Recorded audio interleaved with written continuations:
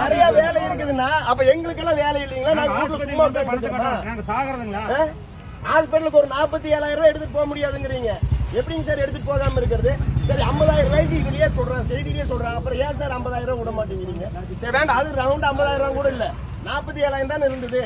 அதை தானே பிடிச்சிங்க. நீங்க பாட்டு 47,000 ரூபாய்க்கு எழுதுறீங்க. அந்த 47,000 ரூபாய் எடுத்துட்டு போக கூடாதுன்னு சொல்றீங்கல்ல, அதுக்கு ஏதாவது எங்களுக்கு அந்த ஜியோ கொடுங்க. அந்த ஜியோ கொடுங்க போதும், எங்களுக்கு வேற எதுவுமே வேண்டாம். எங்க பணத்தை வந்து நாங்க எலெக்ஷன் முடிஞ்சு கூட வாங்கிக்கிறோம் சார். நீங்களே 50,000 ரூபாய் கொண்டு போகணும்னு சொல்றீங்க. அப்போ ஒரு 500,000 கூட ஜோபில் வைக்க கூடாதுங்களா? சாவி யாருக்கிட்ட மாப்பிள? சாவி கொடு.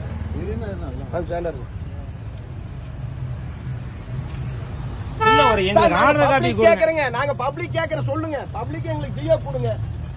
அப்புறம் எப்படிங்க சார் ஹாஸ்பிட்டலுக்கு நாங்க எடுத்துட்டு போறது? அப்ப உங்களுக்கு 5,000 ரூபாய் கொடுத்து செத்தா பரவாயில்லையா?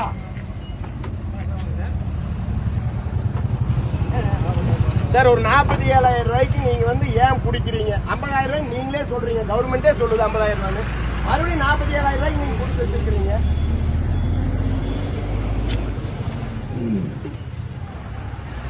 இதோட புள்ளேடு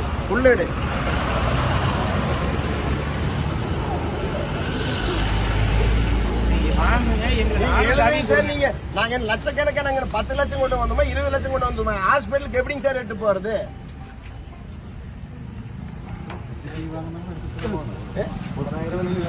ஆனா அதைத்தான் சொல்றேன். ஆனா நீங்க அவங்க ஜியோவே பாஸ் பண்ணது 50,000, 47,000 புடிச்சு நாம போடுறது. பப்ளிக் கேட்கறேன் சார், எங்க பப்ளிக் மட்டும் பதில் சொல்லுங்க. சொல்ல வேண்டாம். எங்கிட்ட அதிகாரம் இருக்குதுன்னு எதை வேணா மயம்படுத்தினா நாம அதுக்கு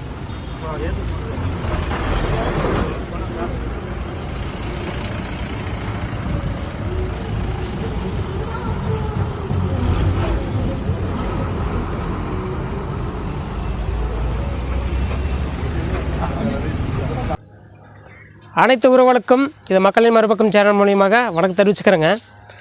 தேர்தல் நேரம் வந்தாவே எலெக்ஷன் கமிட்டி வந்து பறக்கும் படைன்னு சொல்லி இப்போ வந்து பணம் பட்டுவாடை நடக்காமல் பறிமுதல் பண்ணுறதுக்கு வந்து அந்த பறக்கும் படை வந்து அனுப்புகிறாங்க. ஆனால் முழுக்க அரசியல் கட்சிக்காரங்க வந்து அவங்களுக்கு தெரியும் எந்த நேரத்தில் வர்றாங்க அப்படிங்கிறத தெரியும். எலெக்ஷன் வந்தாவே இது வந்து முன்னாடியே வந்து இந்த பணம் வந்து அந்தந்த ஏரியாவில் வந்து யார் முக்கியமான அவங்களுக்கு வந்து அனுப்பிச்சுட்டு இது வந்து நடந்துட்டு தான் இருக்குது, யாருனாலும் தடுக்க முடியாது. ஆனால் முட்டாள்தனமாக இது வந்து எலெக்ஷன் கமிஷன் பண்ணுறது என்னென்னா பொதுமக்களுக்கு இடைஞ்சல் பண்ணுற மாதிரி. இப்போ வியாபார ரீதியாக பார்த்தீங்கன்னா ஒரு மாடு கொண்டு வராங்கன்னா ஒரு மாடு வந்து பார்த்திங்கன்னா 2 மாடு 3 மாடு கொண்டு போகும்போது ஒரு 3 லட்ச ரூபா அந்த மாதிரி ஆகும். ஆனால் வந்து 49,000 மட்டும் எலிஜிபிள்னு சொல்லிக்கிறாங்க. ஆனால் முழுக்க நம்ம பொதுமக்களுக்கு தான் வந்து எதுவுமே வந்து அடை வைக்கிற போகிறக்கு வேறு ஏதோ ஒன்று வியாபார ரீதியாக வந்து ஒரு காய்கறி கொண்டு போகிறது இந்த மாதிரியெல்லாம் வந்து கொண்டு போக முடியும் பிரச்சனையை வந்து சந்திக்கக்கூடிய காலகட்டம் இது. ஏன்னா அந்த ஒரு மாதம் வந்து ரொம்பவே சிரமம். இது பார்க்க போனால் விவசாயிகளுக்கு தான் வந்து பாதிப்பு. ஆனால் அந்த அரசியல் வியாதிகள்னு சொல்ல அரசியல் வியாதிகள் என்ன பண்ணுறாங்கன்னா அவங்க ஏற்கனவே வந்து இந்த பணத்தையெல்லாம் வந்து எங்கெங்கே கொடுக்கணுமோ அதெல்லாம் கொண்டு போய் சேர்த்திடுறாங்க. இது வந்து எலெக்ஷன் கமிஷன் வந்து புரிஞ்சுக்கணும். ஏங்க இப்போ மற்ற எல்லா துறையிலும் வந்து பார்த்திங்கன்னா எந்த துறையில் லஞ்சம் வாங்காமல் இது பண்ணாமல் இருக்கிறாங்க. இன்றைக்கி லஞ்சம் வாங்கிட்டு தான் வேலை தர்றாங்க. அதெல்லாம் வந்து அதாவது அரசு துறையில் வந்து இந்த லஞ்சம் வாங்குறது நிறுத்துறதுக்கு எல்லா துறையில் வந்து இன்றைக்கி முறைகேடுகள் நடக்குது. அதை தடுக்கிறதுக்கு ஒவ்வொரு தாலுக்காவுக்கு இந்த மாதிரி ஒரு கமிட்டி போட்டு அனுப்பிச்சா எல்லாமே ஒரு மாற்றத்துக்கு வரும். இலவசங்கிறது யாரும் கொடுக்க மாட்டாங்க, திருட மாட்டாங்க.